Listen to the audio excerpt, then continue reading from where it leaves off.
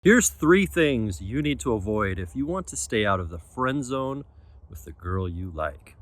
And it doesn't matter if that girl is somebody you know casually, somebody you're dating, or somebody you're married to. There's a lot of men I've worked with who have been married for years and find themselves stuck in her friend zone. And this is what that feels like. You get along really well. You hardly ever have fights or arguments. You make great business partners or maybe great co parents. But what is really lacking is the attraction, the spark, the intimacy, the passion. There's sort of a lie that's been sold to us through Hollywood and romance stories that you marry your best friend and that closeness of friendship and similarities makes you the best couple ever. This is a lie. You see, there's actually has to be some polarity in a relationship for there to be attraction. That means there needs to be some opposites. There needs to be the tension of interesting dynamics and energy between you. So here's the three things you should avoid if you want to stay in the lover zone with your partner. Number one, do not ever bring drama about other guys to the relationship. This means you are a secure, confident man who has enough self-esteem that he doesn't see other males as a threat. He doesn't see them as competition. He doesn't complain when she has a great guy friend at work. He doesn't get insecure when she thinks that somebody on the TV is hot and she's kind of got a crush on him. He is completely self-confident in the idea that he is the prize. He needs to think of himself as a prize. He needs to act and talk as a man who knows he's the prize. When you bring guy drama to a relationship, it is an instant ick for the girl. Because deep down, she's like, I want a man who's strong enough in himself that he doesn't feel threatened by other males. And she may push the line on this by how she is drawn to other men and letting you know about that. But do not bring your drama, your feelings of insecurity, your feelings of inadequacy, your feelings of internal triggers when she is attracted to males. This is what makes you unattractive.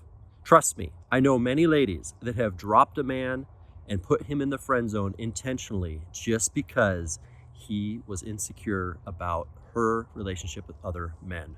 Because at the end of the day, this is what I see over and over. She will be attracted to many men, but she will be intimate and faithful to the one who is secure. Number two, thinking that you need to call out your woman's shit and hold her accountable.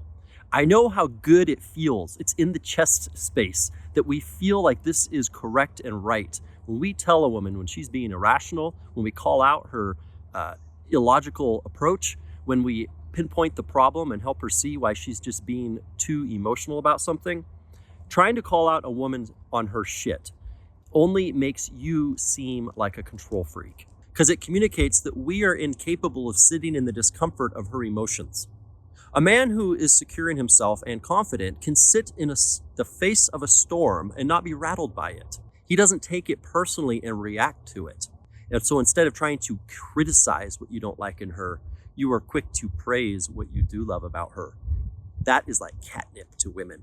They love a man who can see the amazing parts of her even when she's messy. And those messy things just kind of vaporize on their own when you bring that kind of presence to the relationship. Number three, don't act like her friend. What do friends do? They overshare, they spend too much time together. When you're in the friend zone with a person, you tend to be too available, too exposing, too unfiltered. There's a deliberate behavior to hold with your wife when you want to be in her lover zone, and it's playful, it's edgy. There is some tension and you dance with it. You're kind of teasing.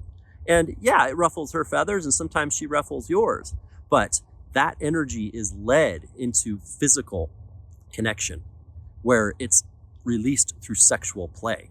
The man who tries to act like her friend continues to try to agree with her, to resolve conflict, thinking that if things were just more peaceful, we could be closer. No, no, no.